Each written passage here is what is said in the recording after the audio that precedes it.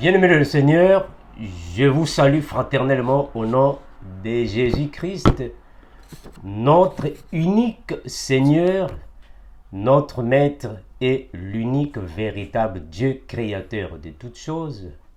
Qu'il vous bénisse encore et toujours. Merci à vous tous qui nous posez des questions afin de mieux comprendre les Écritures avec précision comme l'un de nous. Je vous remercie énormément mes frères, vous qui partagez alors avec nous en privé. Merci pour les partages et également nous respectons aussi votre compréhension comme vous aussi devrez respecter la nôtre. Mais bien aimés, il y a beaucoup de questions qui se posent concernant les divergences et les hérésies. Alors, dans cette série que nous avons expressément intitulée Questions-réponses, c'est une émission dans laquelle nous venons ici alors donner les petites réponses par rapport aux questions qui nous sont posées. Alors, nous comprenons que cette émission n'est vraiment pas une émission d'enseignement biblique comme telle, parce que nous n'entrons vraiment pas dans la profondeur de chaque question donnée. Alors, on va juste ici, mes frères, expliquer à nos frères rapidement quelle est la différence qui existe entre une hérésie et une divergence. Alors, dernièrement, j'avais fait une vidéo dans laquelle je disais que les divergences ne finiront jamais. Parce que j'étais en train de parler des divergences dans le sens physique. C'est-à-dire que aussi longtemps que nous sommes dans cette tente, alors les divergences ne finiront jamais. Aussi longtemps que nous sommes dans ce corps physique.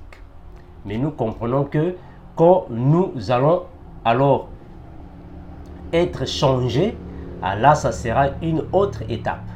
J'ai parlé de la situation actuelle. Alors, quelle différence y a-t-il entre une hérésie et une divergence? Merci également à la sœur qui m'avait posé la question. Frère Mondo, en fait, il y a une difficulté de comprendre la différence qui existe entre un prophète et un docteur parce que les deux sont des enseignants. Alors, quelle est la différence entre les deux? On va essayer un peu de toucher du doigt la différence afin que vous puissiez aussi comprendre comment est-ce que nous voyons les Écritures. Quelle est la différence, mes bien-aimés, entre une église et une secte? Alors, il faut comprendre ces différences parce qu'il y a beaucoup de nos frères qui font parfois des confusions par rapport à ces termes. Également, quelle différence y a-t-il entre un pasteur et un gourou? Alors ça, ce sont des choses, mes frères, que vous devez comprendre pour ne pas alors mêler les choses. Également, quelle est la différence qui existe entre le temple et la synagogue? Donc ça, ce sont des questions, mes frères, que nous allons alors un peu parler pour voir comment est-ce que nous voyons les Écritures. Mais premièrement, je vais prendre la question de notre bien-aimé le frère Wilfried à partir de la Côte d'Ivoire. On va alors lire sa question et on verra comment est-ce que nous pouvons répondre à cette question. Bonjour, serviteurs de l'Éternel, vous espérez que vous allez bien. Moi, de mon côté, Dieu fait grâce. Et je l'espère autant pour vous. Merci. Oui. Ma question était de savoir quelle était la différence entre le Fils de l'homme est assis à la droite du Père et le Fils de l'homme est debout à la droite du Père. Si je peux m'exprimer ici, si je ne me trompe pas. Et aussi, comprendre ces deux significations. Les deux significations sont pareilles ou bien il y a une différence entre le Fils de l'homme est assis à la droite du Père et le Fils de l'homme est debout à la droite du Père. Que signifient ces deux thèmes? Quelle est la différence entre ces deux thèmes? Sur ce, excellente journée et bien des choses à vous. Merci. Merci frère Willy pour la question.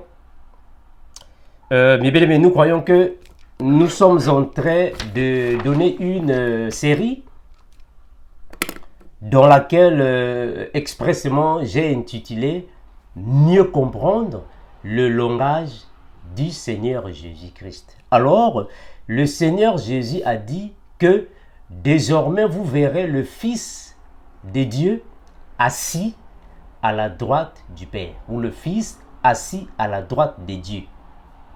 Mais le frère Étienne va alors dire que je vois les cieux ouverts, alors le Fils est debout à la droite de Dieu.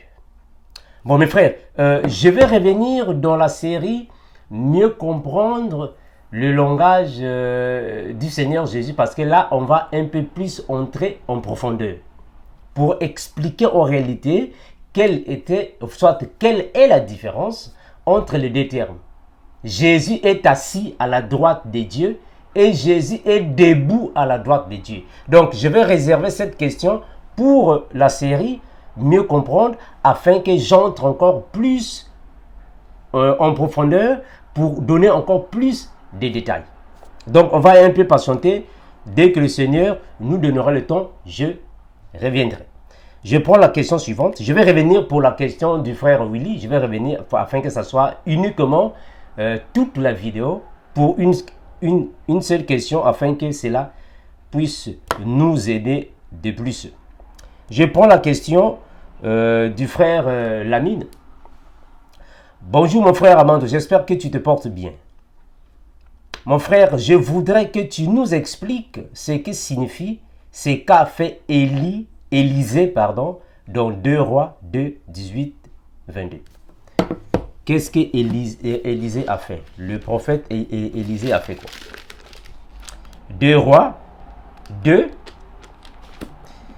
2 Rois 2, 2 Rois 2, 18 à 22. Les Écritures disent ainsi. 2 Rois 2, 18 à 22. La Bible dit ainsi. Lorsqu'ils furent de retour vers Élisée, qui était à Jéricho, il leur dit, ne vous avais-je pas dit de ne pas y aller? Les habitants de la ville dirent à Élisée, la ville est bien située comme le voit, mon Seigneur.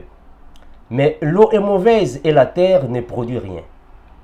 Il dit, approchez-moi un plat neuf et mettez-y du sel. Et ils les lui apportèrent. Voilà, je vois déjà là où ça nous amène. Bon, mes frères, comme j'étais en train de dire pour la question du frère Willy, bon, vous savez, il y a certaines questions que nous ne pouvons pas seulement répondre en peu de mots, sinon ça va encore laisser des confusions dans les cœurs de plusieurs, soit ça va encore laisser des confusions à nos frères et nos sœurs. Donc certaines questions méritent des réponses profondes afin de mieux comprendre en réalité ce qui se disait. Donc je prends cette question, je vais la transférer dans la série Nourriture solide. Là vraiment on va entrer en profondeur pour donner beaucoup plus de détails. Voilà, donc prenez votre mal en patience. On va revenir afin que nous puissions en parler dans des vidéos particulières. Alors, mes bien-aimés, prenons ces questions. La différence entre hérésie et divergence. Bon, mes frères, en réalité, une hérésie signifie une pratique, une doctrine, une pratique qui est contraire à la saine doctrine. Je répète, une hérésie. Quand on parle de... c'est-à-dire que quand on dit qu'il y a des hérésies, on fait allusion à une croyance, une pratique, une doctrine qui est contraire à celle des apôtres. Donc, toute doctrine qui contredit les apôtres, toute doctrine qui contredit la saine doctrine est une hérésie. Je donne un exemple. La Bible déclare qu'il a fait des dons aux hommes, les uns comme pasteurs, prophètes, évangélistes, docteurs et apôtres. C'est fini. Dans la saine doctrine, nous n'avons que 5 ministères de la parole, ce qui représente les 5 doigts de l'Éternel. Bon, malheureusement, on vient nous dire qu'il y a aussi les archibishops. Bon, archibishop, ça c'est une hérésie. On vient nous dire non, il y a des révérends pasteurs. Non, ça c'est une hérésie. Donc, hérésie signifie une croyance qui contredit celle des apôtres. Le frère Paul, inspiré par le Seigneur, il a dit dans les Écritures que je ne permets pas à la femme de prendre de l'autorité sur l'homme.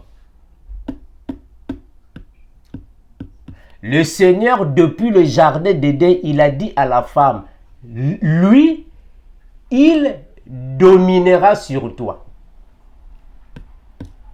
Les apôtres ont confirmé que Christ est le chef de la femme, de l'homme, et l'homme est le chef de la femme. Bon, on vient maintenant nous dire que non, la femme aussi peut être pasteur. La femme aussi peut être docteur ou doctoresse, pastoresse. Ça contredit la doctrine. Donc ça, c'est une hérésie.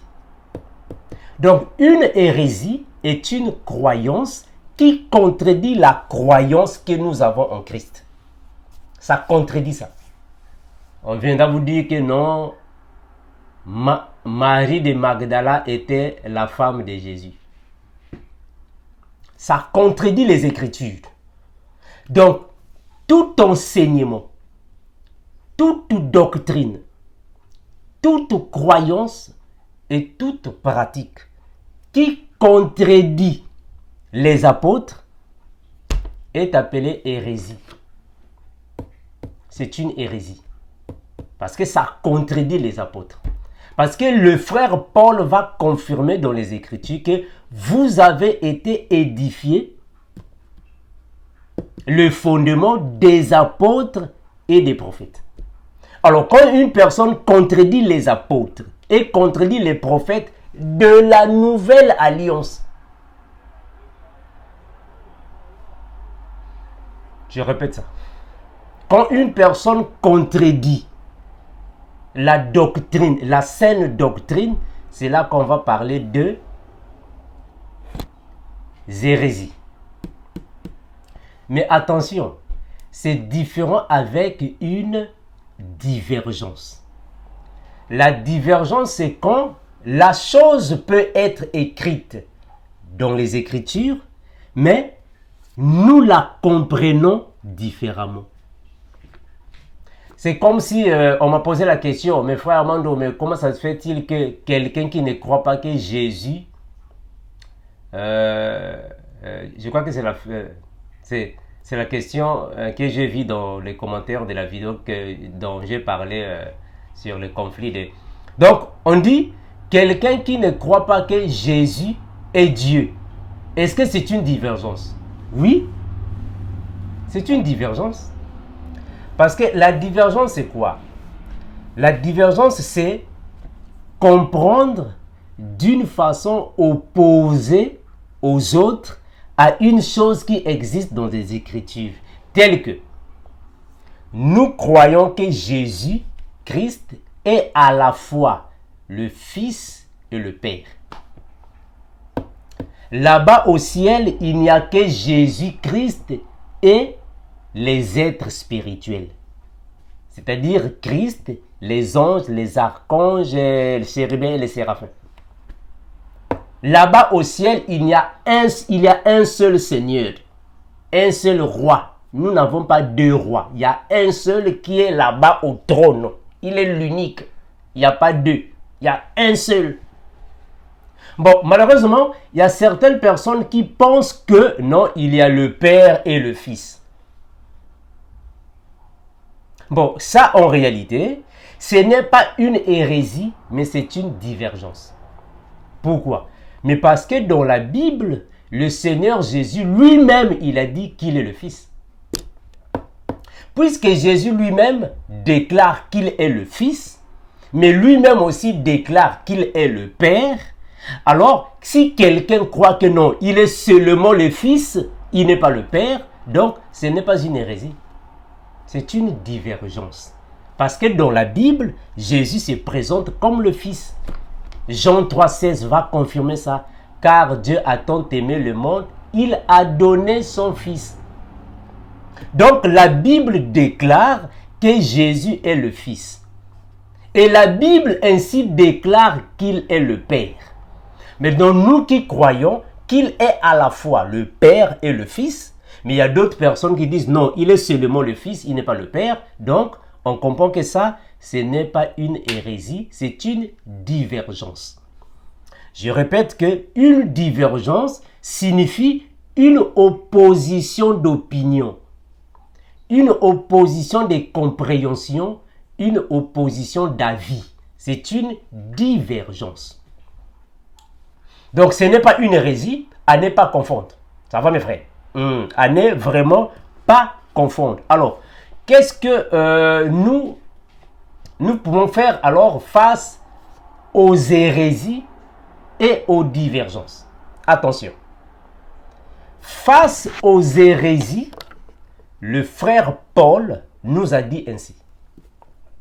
On va lire ensemble. Quand il y a une hérésie, qu'est-ce que le frère Paul dit? Ou soit, qu'est-ce que la Bible déclare? La Bible dit ainsi. La Bible va déclarer ainsi. Je vais prendre un verset ici que je vais chercher. Les apôtres nous ont déclaré ainsi. Galates chapitre 1er, le verset 8. Mais, quand nous-mêmes, quand un ange du ciel annoncerait un autre évangile que celui que nous vous avons prêché, qu'il soit anathème. Mais bien aimés, remarquez qu'ici, nous faisons face à une hérésie. C'est-à-dire que quand quelqu'un vient nous dire les choses qui ne font pas partie de la saine doctrine, hérésie, la Kabbale juive. Bon, on vous enseigne maintenant la Kabbale juive dans les églises. Hérésie. C'est une hérésie. Parce que la Bible ne nous en parle pas. C'est une hérésie. Est-ce que vous voyez ça? C'est une hérésie. Bon, on vient vous dire que non, bon, une femme aussi peut être pasteur, ou soit pasteuse. Une femme aussi peut être doctoresse. Ça, c'est une hérésie parce que la Bible nous convainc depuis le jardin jusqu'à aujourd'hui que je vous parle. La Bible démontre à plusieurs manières et plusieurs reprises que une femme ne peut pas paître le troupeau. Une femme n'a pas la sémence pour donner à l'église. Elle ne peut pas paître le troupeau du Seigneur. Bon, vous allez me parler de mon frère Amando. Il y a une femme dans la Bible qui était bergère. Mais nous aussi, on va vous poser la question. quand elle était bergère, elle était célibataire ou elle avait déjà un homme? Vous allez comprendre que c'est quand elle était célibataire. Maintenant, elle a eu son mari. Donc, on comprend que le mari a ravi cela. Parce que cela ne lui convient pas, ça convient à l'homme. C'est à l'homme. Quand Dieu a pris Adam, il a mis Adam dans le jardin. Il a dit à Adam, Adam, toi, tu cultives le jardin. Tu cultives le jardin, tu prends soin du jardin. Donc, même quand Ève est venue, Dieu se référait toujours à Adam. Adam, qu'as-tu fait? Où es-tu? Adam, il s'adresse à Adam parce que c'est lui qui est l'homme. C'est Adam qui est l'homme. Donc, nous comprenons que venir nous dire qu'une femme aussi peut avoir le leadership spirituel, c'est une hérésie. C'est une hérésie.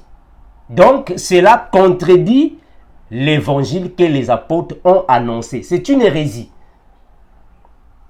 Mais quand nous-mêmes, quand un ange du ciel annoncerait un autre évangile. Bon, le frère Paul a dit dans les Écritures, je ne permets pas à la femme de prendre de l'autorité sur l'homme. Donc les femmes ne peuvent pas enseigner l'Église.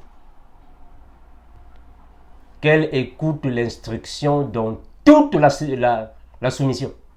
Qu'elle soit soumise. On n'a jamais dit que l'homme soit soumis à la femme. On a dit que la femme soit soumise à l'homme. Donc, quand vous voulez renverser ça, on va comprendre que ça, c'est de l'émancipation évangélique. L'émancipation évangélique. Ça, c'est une hérésie. C'est-à-dire que ça contredit le fondement des apôtres. Mais attention, face à une divergence, qu'est-ce que nous faisons? La divergence, je disais tantôt que c'est toute compréhension qui diffère à celle des autres frères. Mais ce n'est pas à cause d'une compréhension opposée que nous serons contre nos frères. Non. Qu'est-ce que la Bible dit? Qu'est-ce que le frère Paul a dit concernant les divergences? Il a dit quoi? Philippiens. Philippiens. Je suis dans la version seconde 21. Philippiens 3,15. Philippiens chapitre 3, le verset 15. Qu'est-ce que les apôtres disent concernant les divergences? Philippiens 3,15. Je suis dans la version seconde 21. La Bible va déclarer ainsi. Nous tous donc, qui sommes mûrs ou parfaits, adoptons cette attitude. Et si vous êtes d'un autre avis, sur un point, Dieu vous éclairera aussi là-dessus. Ça, ce sont les divergences. Attention, ça, ce ne sont pas les hérésies. Ça, ce sont les divergences. Divergence, c'est-à-dire que les autres ont un avis contraire au nôtre. Ont des opinions contraires aux nôtres. Ça, ce sont des divergences et non les hérésies. C'est différent. Je prends le verset 16. Seulement, là où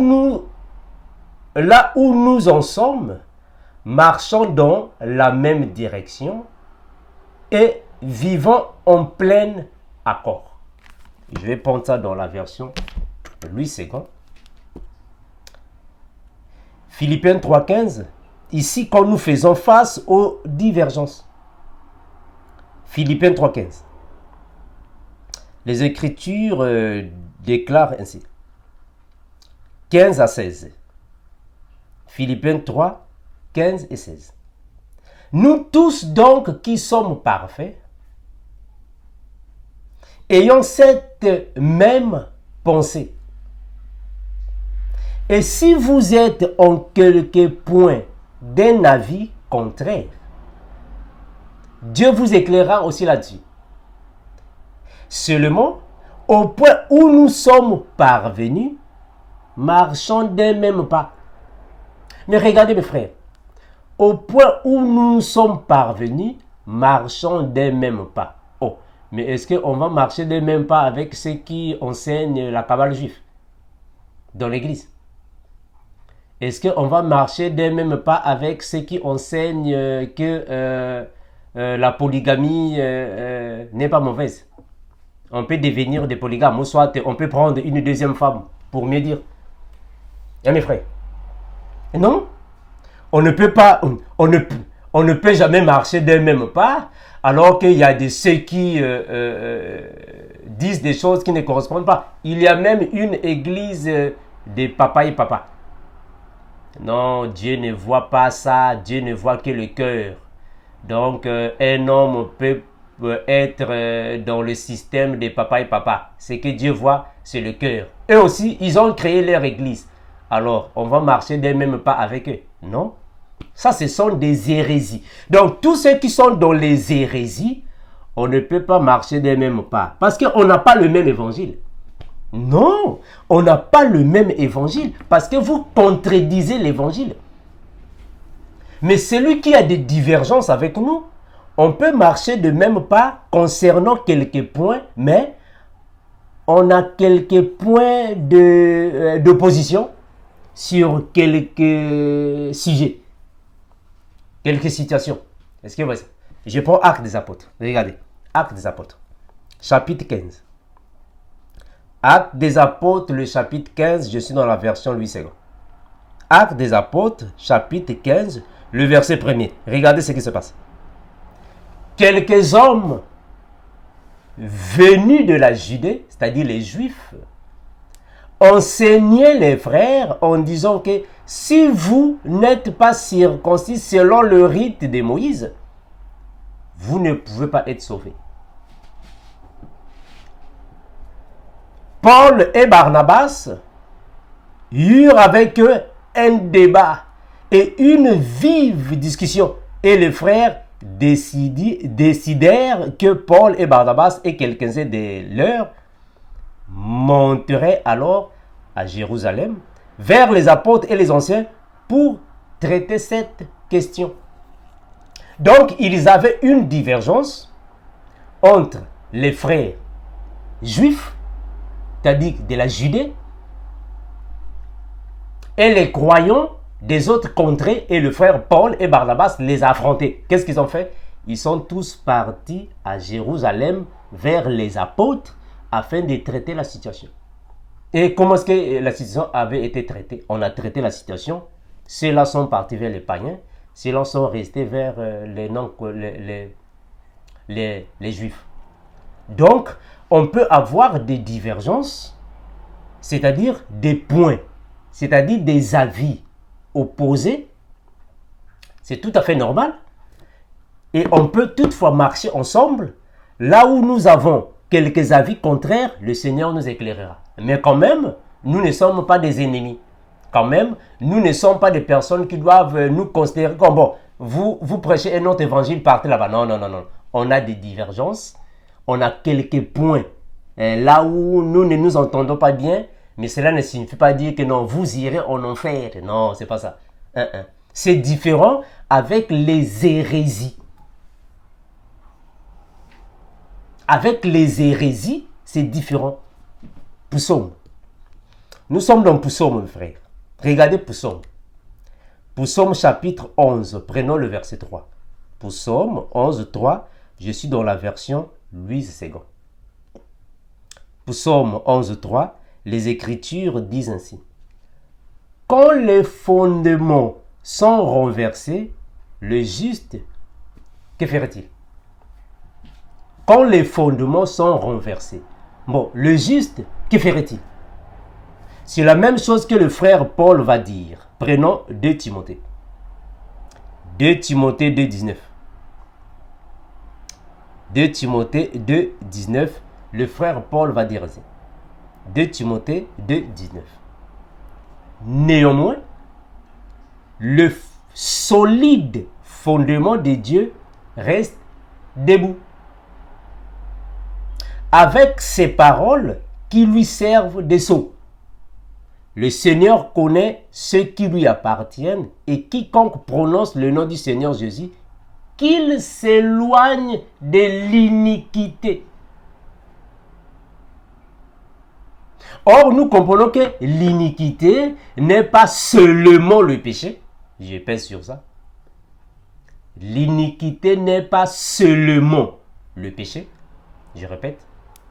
L'iniquité n'est pas seulement le péché, mais c'est aussi toute croyance, toute doctrine, toute pratique qui contredit le Seigneur, qui contredit les apôtres. Donc, toute pratique anti-Christ. Donc, toutes personnes qui sont dans les hérésies, nous comprenons qu'ils enseignent un autre évangile. Donc, il ne faut pas faire des confusions entre hérésie et divergence. Ce n'est pas la même chose. Une hérésie est une pratique, une croyance, une doctrine qui contredit celle des apôtres. Ça contredit celle des apôtres. Donc, tout ce que les apôtres ont dit non, là-bas on dit oui. Ce que les apôtres ont dit oui, là-bas on dit non. Ça, ce sont des hérésies.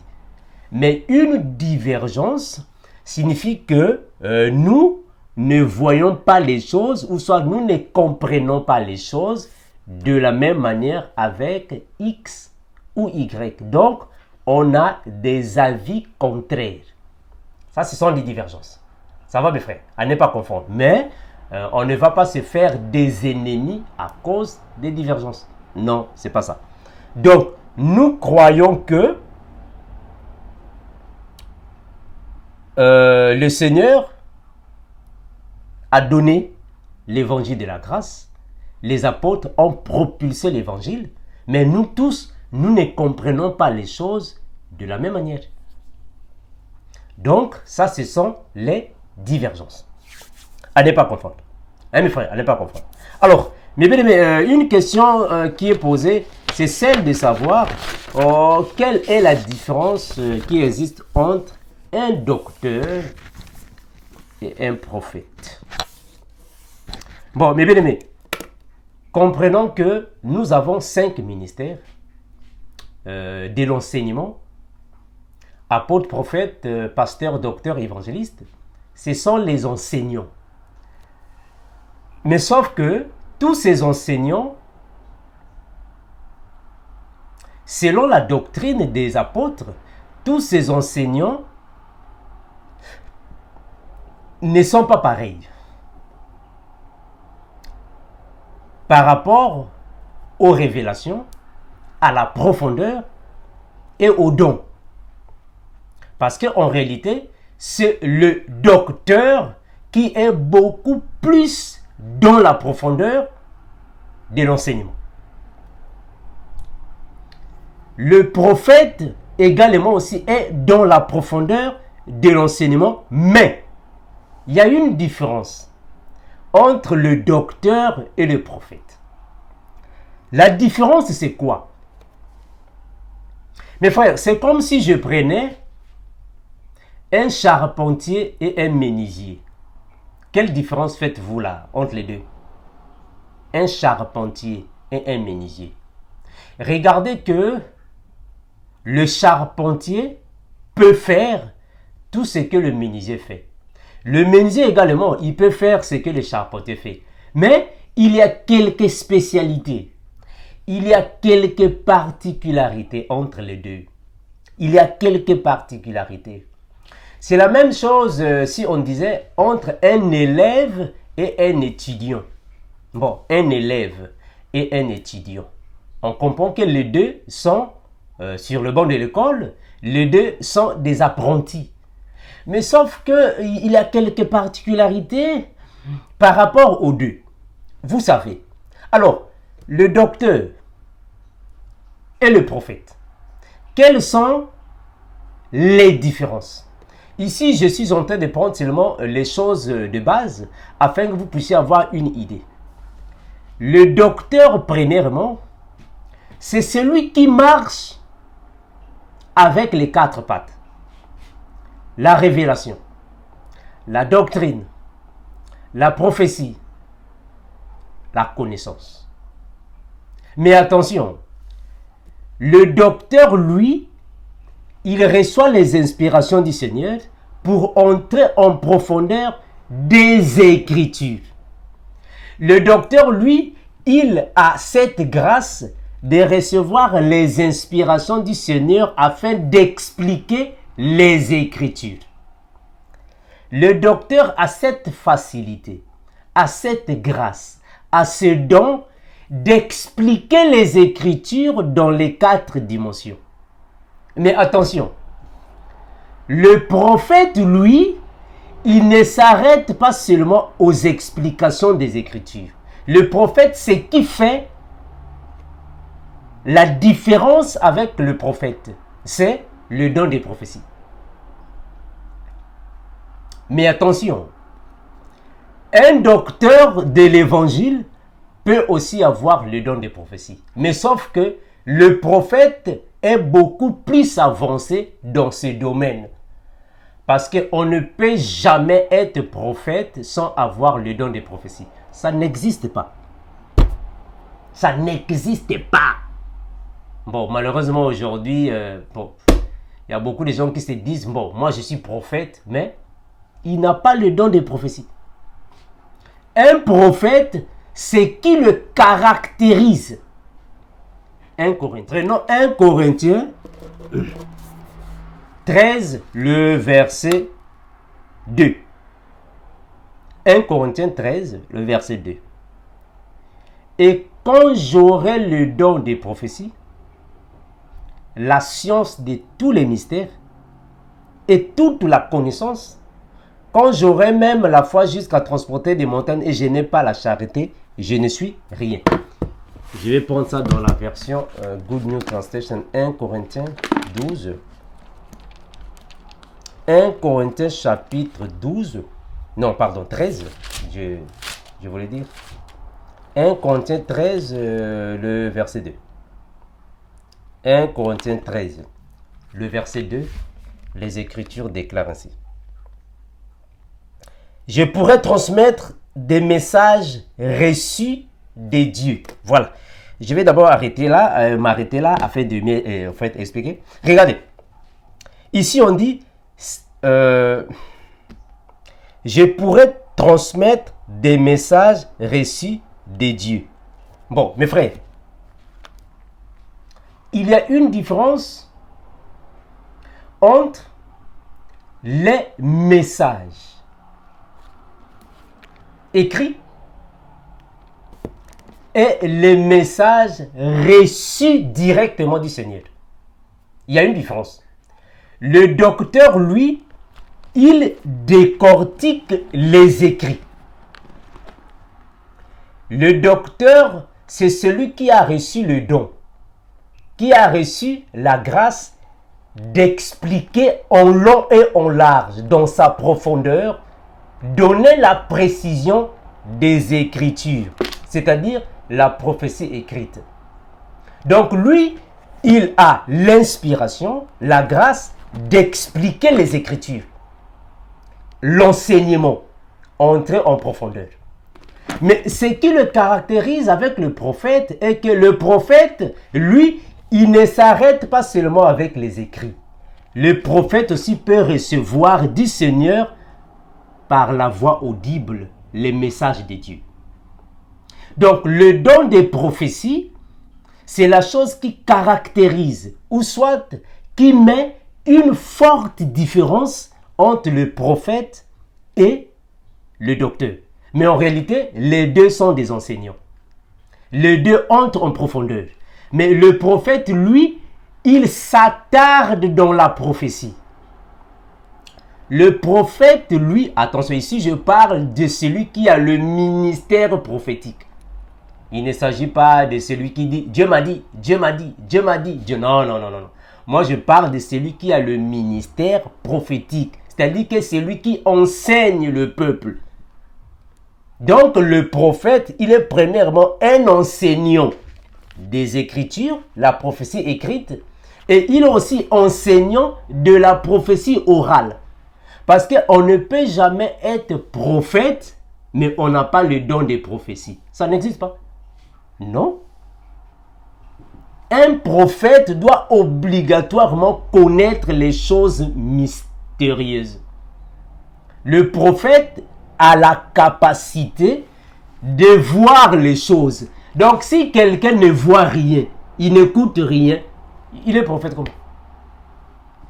Comment est-ce qu'il est prophète? Parce qu'il y a même beaucoup de gens qui pensent que bon, quand tu expliques l'Apocalypse, tu expliques Daniel, tu expliques les prophètes, alors tu es prophète. Non, mes frères, c'est pas ça. Un docteur aussi peut expliquer ça. Le docteur aussi peut expliquer ça. Le prophète, ce qui le caractérise, c'est le monde prophétique. C'est le prophétique. Or, le docteur, lui, il n'est pas trop avancé dans le prophétique. Qu'est-ce que le prophétique? Le prophétique, c'est surtout les choses spirituelles. Attention, je ne parle pas des choses écrites. Hein, frère? Parce que quand on parle du spirituel, ce n'est pas seulement les choses écrites. Non. Mais il y a aussi la vision et l'audition. Très important. Il n'y a pas seulement la lecture. Non. Il y a aussi la vision et l'audition. Je vais lire ça, le passage là. Attendez. Je vais lire ça. Je vais prendre ça afin que vous puissiez comprendre ce que je dis ici. Je vais prendre un passage. Je vais prendre un passage ici. Regardez ce que le Seigneur va dire ici. C'est ça le prophétique. Or, le prophète, lui, il doit se... C'est-à-dire que c'est quelqu'un qui se base ici. C'est quelqu'un qui se base ici. C'est ça le prophète. Je vais prendre ça, mes frères. Attendez, je vais prendre une notion ici qui va aussi... Voilà, très bien. Regardez. Je prends Jérémie chapitre 23. Jérémie chapitre 23, le verset 18. Jérémie chapitre 23, le verset 18. La Bible dit ainsi. Qui donc a assisté au conseil de l'Éternel pour voir? Qui donc a assisté au conseil de l'Éternel pour voir? Pour écouter sa parole. Qui a prêté l'oreille à sa parole? Qui l'a entendu? Oh, mais pourquoi je viens ici? Parce que c'est ça le prophétique. Donc, le prophétique n'est pas seulement, bon, la prophétie écrite. Non, non, mes frères. Le prophétique, c'est aussi la vision et l'audition. Ça, c'est le domaine du prophète. Ça, c'est le domaine du prophète. Comme disait le prophète dans Jérémie chapitre 1er. Regardez. Jérémie chapitre 1er, je prends le verset.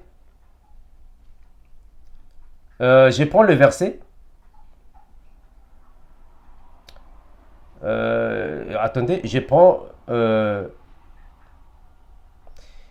le verset 10, Jérémie chapitre 1er. Prenons le verset 10. Regardez. Le Seigneur va dire ainsi à Jérémie. Jérémie chapitre 1er, le verset 10. Ça, c'est le prophétique. Regarde, je t'établis aujourd'hui sur les nations et les royaumes pour que tu arraches et que tu abattes, pour que tu ruines et que tu détruises, pour que tu baptises et que tu plantes. Le verset 11. La parole de l'Éternel me fut adressée en ces mots. Que vois-tu, Jérémie? Que vois-tu? Je réponds, dis, je vois une branche d'amandier. Et l'Éternel me dit, tu as bien vu, car je vais sur ma parole pour l'exécuter. Ça, c'est le prophétique. C'est-à-dire que le prophétique n'est pas seulement les Écritures. Non. Un prophète, c'est-à-dire que c'est lui qui a le ministère prophétique. Il ne s'arrête pas seulement aux Écritures. Non. Il doit écouter l'Éternel parler d'une manière orale, ou soit avec la voix audible, et il doit voir.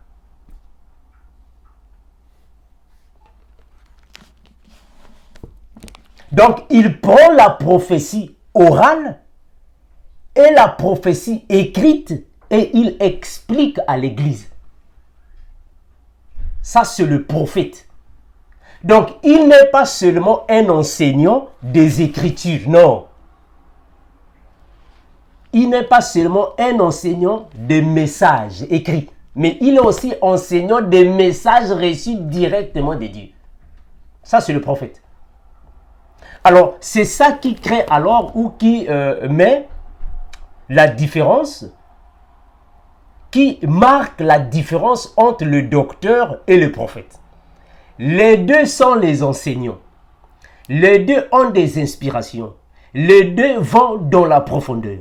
Les deux donnent la précision. Les deux décortiquent les Écritures. Les deux doivent marcher. Connaissance, prophétie, doctrine, révélation. Mais sauf que le prophète doit se baser dans le prophétique. Qu'as-tu vu? Qu'as-tu entendu? Le prophétique. C'est ce que vous voyez ça. Ça, c'est le prophète. Donc ça, c'est ça qui différencie le prophète. Mais attention, il y a aussi des docteurs qui ont le don de prophétie. Mais attention, sauf que le don de prophétie d'un prophète est beaucoup plus avancé que celui d'un docteur. Parce que un docteur aussi peut donner des prophéties. Un docteur aussi peut prophétiser.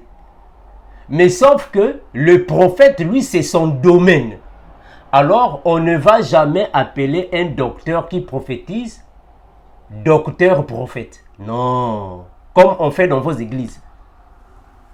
Docteur prophète. Non. Il n'est pas docteur prophète. Non. Une personne ne peut pas être docteur prophète.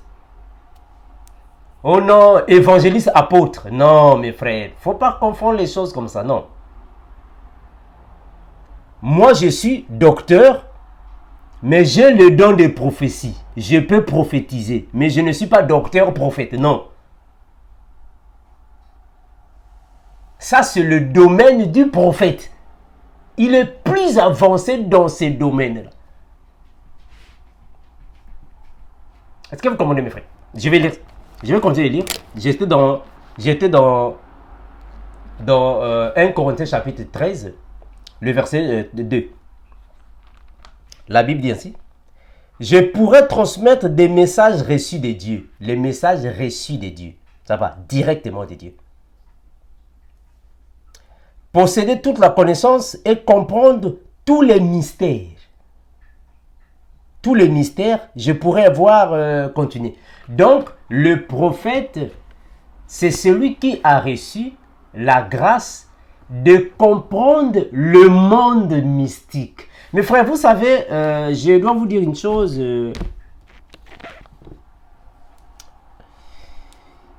Il y a beaucoup des hommes de Dieu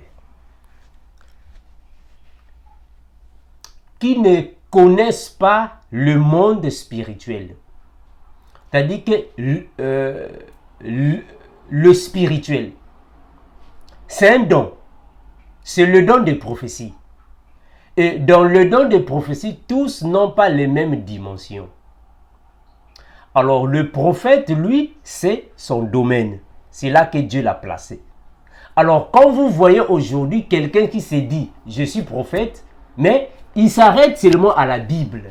Je suis prophète seulement à la... Non, non, non. Le prophète doit connaître le prophétique. Il est prophète, il doit connaître les choses spirituelles. Parce que tu ne peux jamais être prophète, mais tu es aveugle, tu ne vois pas. Non, ça n'a pas de sens. Comment est-ce que tu es prophète, mais tu ne vois pas? Tu n'entends pas? Parce qu'il y a beaucoup de gens qui sont comme ça. Bon, moi, je suis prophète. Voilà, ça va, tu es prophète, mais tu ne vois pas le mystique, le prophétique. Tu n'entends pas. Non, ça n'a pas de sens. Ça n'a pas de sens. Mais attention, mes frères. Quand on a le don des prophéties, cela ne signifie pas dire qu'on est prophète. Non, frère. Tu peux avoir le don des prophètes. Attention, je parle du prophète ministériel. Hein. Je parle du ministère prophétique. Attention, je parle du ministère prophétique. Parce qu'un prophète ne peut pas seulement... Dieu m'a dit. Dieu, comme aujourd'hui, on voit dans vos églises. Comme aujourd'hui, on voit dans vos églises. Quelqu'un comme Joël Tatou. Vous l'appelez prophète. Oh, mes frères, un prophète des ministères, c'est quelqu'un qui décortique les Écritures. C'est un enseignant des Écritures. Il enseigne. C'est lui le prophète. Il enseigne. Je vais lire Moïse. Regardez. Je vais lire Moïse. Regardez. Un prophète est un enseignant. Un prophète est un enseignant. Donc, il décortique les Écritures. C'est un prophète. Donc, le prophète n'est pas seulement Dieu m'a dit. Dieu m'a dit, bon, j'ai vu dans ta maison, il y a une marmite. Dans la marmite, on a mis là-bas la viande de porc. Bon, j'ai vu le président va mourir. Je vois la mort du président. Le président de la Côte d'Ivoire va mourir. Bon, il va mourir. Bon, j'ai vu, le Seigneur m'a dit, bon, il y a quelqu'un qui est là-bas aux États-Unis, il s'appelle Armando, il est dans l'impudicité. J'ai vu, non, bon, je suis prophète. Non, mes frères, non. Non, frère, attendez. Un prophète des ministères, c'est un enseignant des Écritures. C'est un enseignant de la doctrine. Il enseigne, il décortique et il va dans la profondeur. C'est lui le prophète. Hein, frère? Regardez, je vais lire les Écritures. Je vais lire les Écritures et attendez. Les Écritures disent ainsi. Comment est-ce que tu es prophète mais tu n'enseignes pas? Tu ne peux pas enseigner. Ça n'a pas de sens. Oh, bon, je ne retrouve pas l'écriture, mais vous pouvez chercher à la maison pour ne pas prendre beaucoup de temps. Je voulais lire Moïse, qui était aussi un vrai enseignant. Bon, je ne vais pas trop prendre beaucoup de temps. Donc, mes frères, ça, au fait, c'est la différence entre le prophète et le docteur. Les deux sont des enseignants des Écritures. Les deux ont reçu la grâce. Mais sauf que les deux étant enseignants, le prophète, lui, il est beaucoup plus avancé dans le prophétique. Ça, c'est son domaine, le prophétique. C'est son domaine. Bon, vraiment, s'il y a des questions, on peut revenir pour aller en profondeur. Alors, mes frères, quelle différence y a-t-il entre un ministre et un prédicateur? C'est très important, mes frères. Quelle différence y a-t-il entre ministre et prédicateur? Mes frères, comprenons que tout ministre est prédicateur. Mais tout prédicateur n'est pas ministre. Je vais répéter. Tout ministre de Dieu est prédicateur. Tout ministre de Dieu est prédicateur. Mais tout prédicateur n'est pas ministre. Très important. Tout prédicateur n'est pas ministre. Le ministre, c'est qui? Un ministre, c'est celui qui a reçu un don ministériel parmi les 5. Apôtre, prophète, docteur, évangéliste et pasteur. Ça, ce sont les ministres de la parole ou les ministres de l'enseignement. Ce sont les ministres. Donc, celui qui n'a pas reçu le ministère de l'enseignement ou de la parole, il n'est pas ministre. Il peut être prédicateur. Je prends Philémon. Regardez. Philémon 1,23. Philémon 1,23. Philémon 1,23. On va lire. Philémon 1,23. Le frère Paul va dire ainsi. Philémon 1,23. Le frère Paul dira ainsi. Épaphras, mon compagnon de captivité, en Jésus te salue. Ainsi que, le verset 24, Marc, Aristarque, Démas, Luc, mes compagnons d'œuvre. Ils sont nombreux. Comprenez mes frères que le frère Paul, lui qui était ministre, lui qui avait le ministère apostolique, il ne travaillait pas seul. Il avait des compagnons de service. Et parmi ses compagnons de service, il y avait des prédicateurs. Donc le ministre, c'est le frère Paul. Mais ses compagnons de service ne sont pas apôtres, ne sont pas ministres, ce sont des prédicateurs. Je prends l'exemple du frère Aquilas. Le frère Aquilas n'était pas ministre, c'est-à-dire qu'il n'avait pas le ministère apostolique. Non, c'est un compagnon du frère Paul. C'est un prédicateur. Il prêche l'évangile. Je prends l'exemple du frère Onésime. Onésime, c'est un prédicateur. Parce que, mes frères, il faut comprendre que dans la saine doctrine, nous avons 2 départements différents. Le département de l'enseignement et le département de la prédication. Je vais lire ça. Regardez. Je vais lire ça. Après, je vais donner quelques... en fait, je vais faire quelques commentaires. Regardez. Je prends 1 Timothée. Je prends 1 Timothée. Regardez. Je prends 1 Timothée. 1 Timothée 2. 1 Timothée 2. Je commence à partir du verset 5. Je suis dans la version Louis II.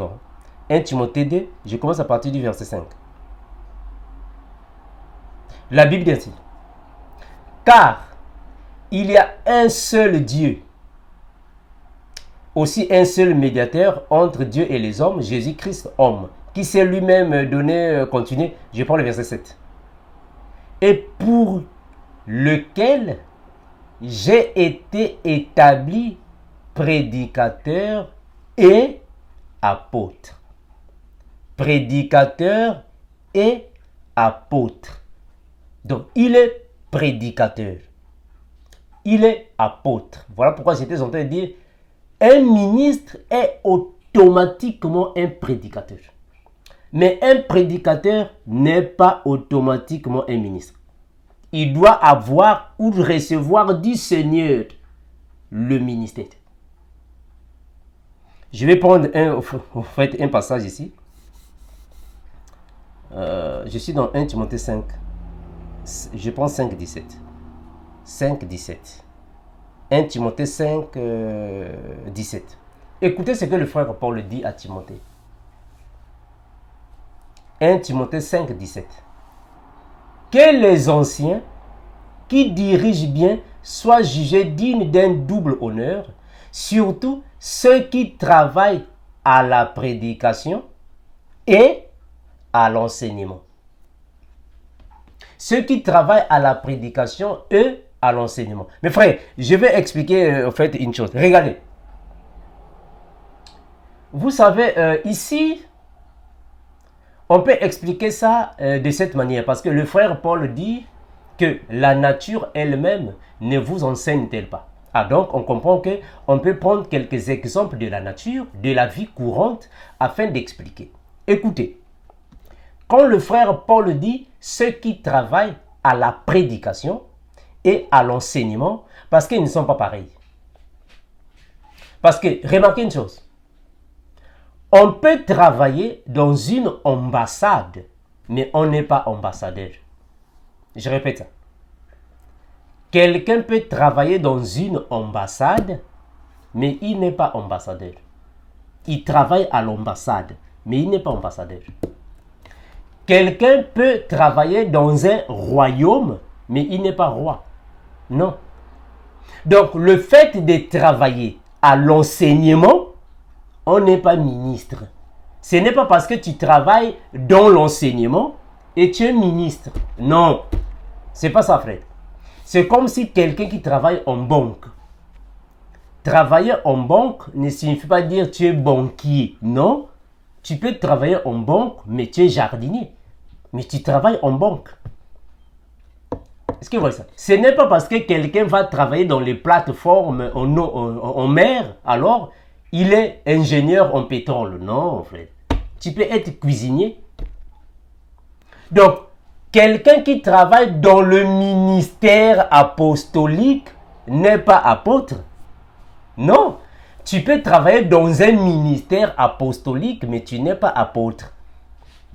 Tu peux être un compagnon de service de l'apôtre. Donc, tu peux travailler dans le ministère doctoral, mais tu n'es pas docteur. Tu travailles dans le ministère doctoral, mais il y a un docteur qui est là. Donc, on peut être prédicateur, un compagnon de service d'un ministre, mais on n'est pas ministre. Je ne sais pas si vous me saisissez, mes bien-aimés. Donc, un ministre est prédicateur d'office. Un ministre d'office, il est prédicateur. Mais un prédicateur n'est pas forcément un ministre. Parce que le ministère, c'est quand le Seigneur te parle, le Seigneur te confirme, le Seigneur t'établit comme ministre. Et on doit savoir de quel ministère s'agit-il. Il ne faut jamais dire, bon, je suis ministre de Dieu. Oui, tu es ministre, mais quel ministère? Parce que c'est ce que beaucoup de gens disent aujourd'hui. Il y a beaucoup de gens qui disent, bon, moi je suis ministre. Ok, tu es ministre, mais de quel ministère? Oh non, moi je suis ministre, j'ai le ministère des dénonciations. Oh, mais est-ce que dénoncer les gens, c'est un ministère? Bien frère, est-ce que dénoncer les gens, c'est un ministère? Le ministère des dénonciations. Un ministre, c'est celui qui a un ministère. Ici, je parle du ministère de l'enseignement, c'est-à-dire que parmi les 5. Bon, vous avez dit, frère Armando, mais balayer l'église aussi, c'est un ministère, c'est le travail. Oui, ça c'est vrai. Un ministère signifie un travail, ça c'est vrai. Mais dans la saine doctrine, quand on parle du ministère de l'enseignement ou de la parole, on fait allusion aux 5 ministères. Parce que si nous disons que bon, le ministère signifie un travail, mais finalement, donc tout le monde est ministre. Donc tout le monde est ministre. Donc c'est lui qui va balayer aussi l'église, puisque le ministère c'est le travail, donc lui aussi il est ministre. Donc il faut faire très attention avec ça, mes frères. Un ministre est automatiquement un prédicateur. Mais un prédicateur n'est pas forcément un ministre. Non. Parce qu'un ministre peut avoir les compagnons de service. Mes compagnons de service ne sont pas les ministres. Mais ce sont les prédicateurs. Hein, frère? Non. Le frère Paul a eu plusieurs compagnons de service. Mais ces compagnons de service aussi sont des prédicateurs. Mais est-ce que ce sont les ministres? Non, ce ne sont pas des ministres. Ce sont des prédicateurs, mais ils ne sont pas des ministres. Donc ça, c'est la différence à ne pas confondre, mais bien aimé. Alors mes frères, quelle différence alors existe-t-il entre une église et une secte? Attention mes frères, il y a une différence. Parce que l'église est dirigée, bon, je parle d'une manière physique parce que nous croyons que l'église est dirigée par le Seigneur, hein, par l'Esprit, c'est vrai. Mais je parle d'une manière physique, d'une manière locale. Une église locale est conduite et dirigée par un pasteur physique. C'est-à-dire que le pasteur, une personne, dirige une église, une personne. Ça, c'est une église. Là où, alors, les gens peuvent venir d'une manière solennelle, c'est rassembler, s'assembler avec la pratique de la doctrine pour alors parler des choses du ciel, avec les normes de la doctrine. Mais une secte, c'est quoi? Une secte, c'est quand une personne qui était dans une église et la personne n'était pas d'accord de ce qui s'est passé dans l'église. La personne s'est rébellée. Et la personne fait quoi? La personne va quitter de cette église ou soit va sortir du système, mais avec quelques frères et quelques sœurs, ils vont aussi former une petite église, c'est-à-dire que groupuscule de personnes, soi-disant, ils sont ensemble avec ceux-là, mais d'une manière séparée. Je ne sais pas si vous m'avez saisi. Donc, d'une manière séparée. Là, alors, ils vont former quoi? Une secte. Donc, en réalité, la secte, c'est un groupe de personnes qui s'est rébellé contre la maison mère. Donc, l'église, c'est la maison mère. Il y a une église qui est là. Dieu avait établi un pasteur pour paître ce troupeau. Mais il y a un groupe de personnes qui s'est rébellé. Ils se sont écartés. Mais, soi-disant, ils sont ensemble, mais ils travaillent d'une manière séparée. Ça, c'est une secte. Je vais prendre les Écritures. 1 Corinthiens 11, regardez. 1 Corinthiens chapitre 11, le verset 19. 1 Corinthiens 11, le verset 19. La Bible va déclarer ainsi. 11, 19. La Bible dit ainsi. Car il faut qu'il y ait aussi des sectes parmi vous, afin que ceux qui sont approuvés soient reconnus comme tels au milieu de vous. Mes frères, est-ce que vous comprenez ça? Donc, au milieu de vous, il faut qu'il y ait aussi des sectes. Des sectes signifient des groupuscules de personnes qui se sont retirés de la maison mère. Ils ont aussi formé leur groupe. Donc là-bas, il y a quelqu'un qui dirige un groupe de personnes. Là-bas aussi, quelqu'un dirige un groupe de personnes. Quelqu'un dirige un groupe de personnes, mais sous l'étiquette de la maison mère. Je vais lire ça dans cette version. C'est ça qu'on appelle une secte. 1 Corinthiens 11, 19. Mais attention mes frères, il y a aussi une autre sorte de secte. Il y a aussi un autre type de secte tel que ce que Kakou Philippe a fait. Kakou Philippe. Est-ce que vous voyez ça? Donc c'est une personne qui était dans la maison mère. La personne s'est rébellée, s'est retirée et quelques personnes l'ont suivi. Ils ont formé leur mouvement. Une secte. Je prends ça dans cette version. 1 Corinthiens 11, 19. 1 Corinthiens 11, 19. 1 Corinthiens 11, 19. Ici, on dit ainsi. 1 Corinthiens 11, 19. La Bible des 48. Ici, on dit ainsi. Il faut bien qu'il y ait des divisions. Voilà. C'est ça des sectes. Il faut qu'il y ait des divisions parmi vous pour qu'on puisse reconnaître ceux d'entre vous qui sont vraiment fidèles. Voilà, ici c'est clair. Donc, il faut qu'il y ait des divisions parmi vous afin que nous puissions reconnaître en réalité qui sont réellement les vrais fidèles. C'est ce que j'étais en train de dire. C'est-à-dire que il y a une église, prenons une église de 50 personnes. Il y a un pasteur établi par le Seigneur, reconnu par le Seigneur et confirmé par l'église. Le pasteur va paître une église de 50 personnes.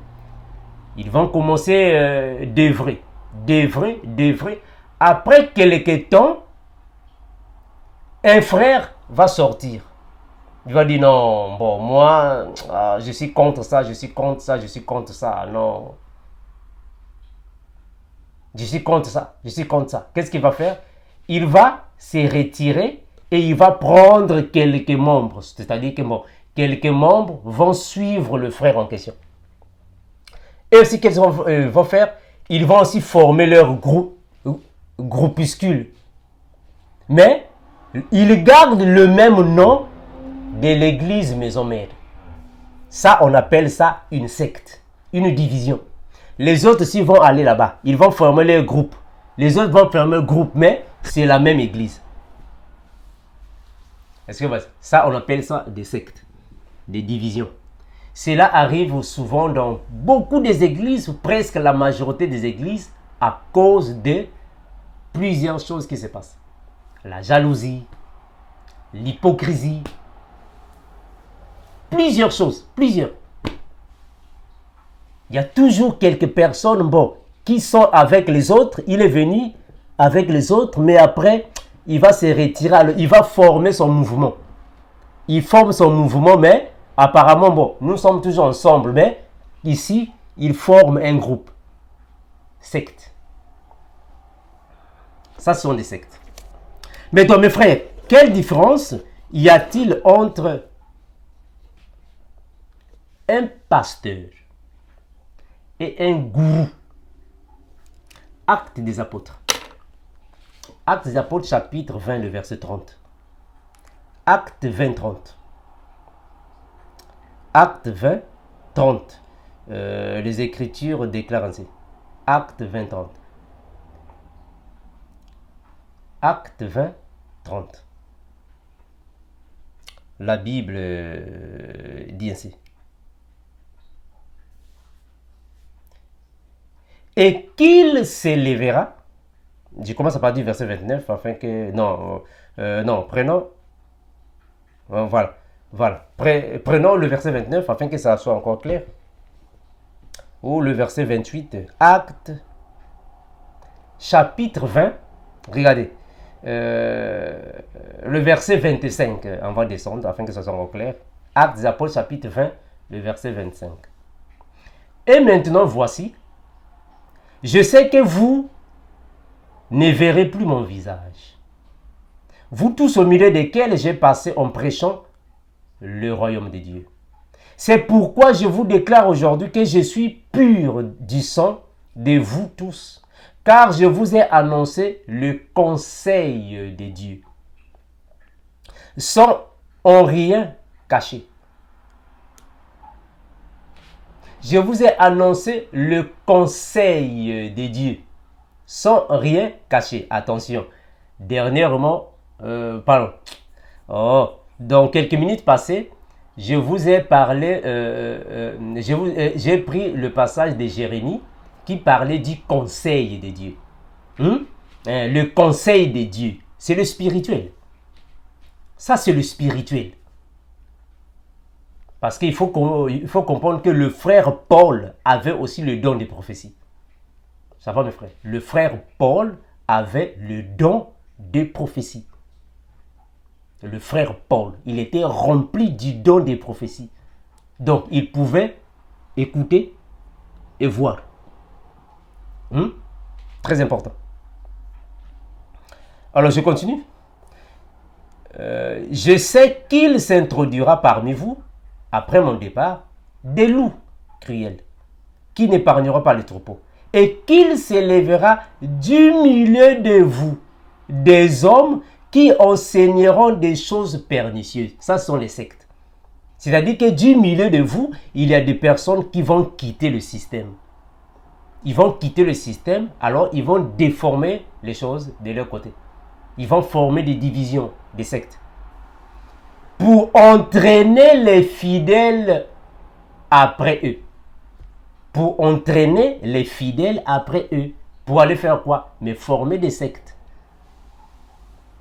Veillez donc, vous, souvenant que durant 3 ans, je n'ai cessé nuit et jour d'exhorter avec larmes chacun de vous.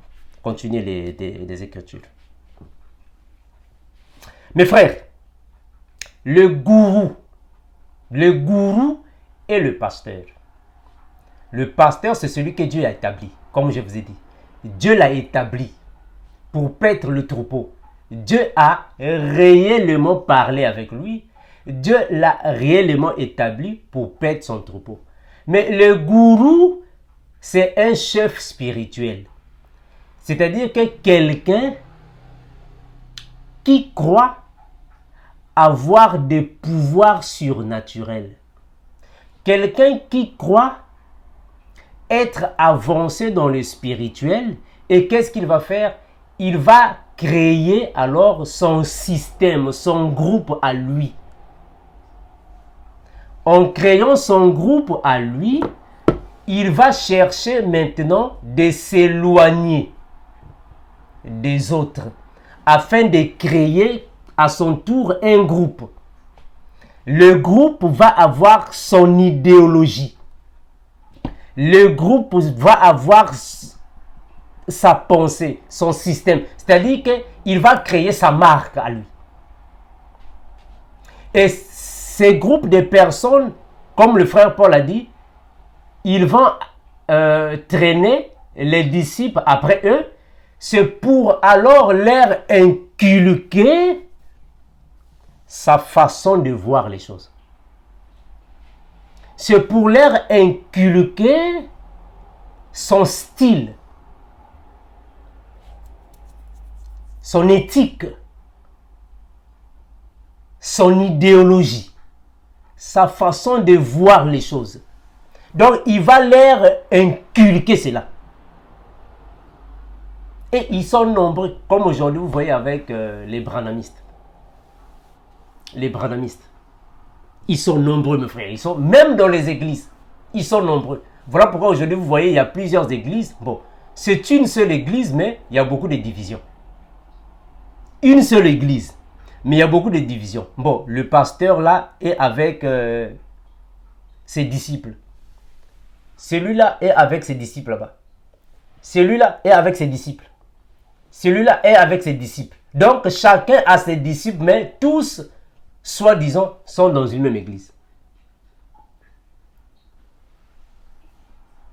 Ça, ce sont les sectes. L'église et les sectes. Et il y a aussi des gourous qui sont là. Les gourous qui sont là. Mes frères, nous les disciples renouvelés, nous ne marchons pas de cette manière-là. Voilà, donc, mes bien-aimés, c'est un peu ça, au fait, ce qui se passe dans plusieurs églises actuelles. Soit disant, bon, on va me voler les fidèles. Mes fidèles iront de gauche à droite. Non, ce ne sont pas vos fidèles. Ce sont les fidèles du Seigneur Jésus. Ce ne sont pas vos fidèles. Mais bien aimés, je vais m'arrêter par-ci. Merci pour vous qui suivez nos enseignements. On va revenir quand il y aura encore d'autres questions qui vont surgir.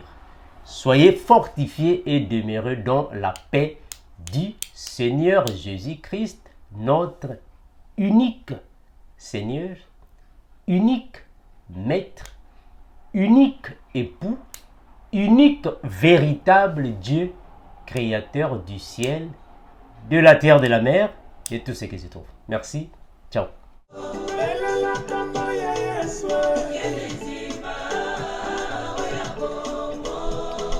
L'amour de Christ n'a pas de fin pour les saluts.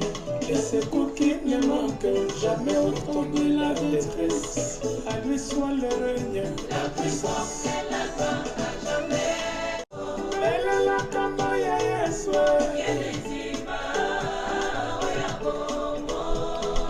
L'amour de Christ n'a pas de fin pour les saluts. Et c'est pour qui ne manque jamais autant de la détresse. À lui soit le règne, la puissance et la gloire à jamais. Elle est la campagne Yesu.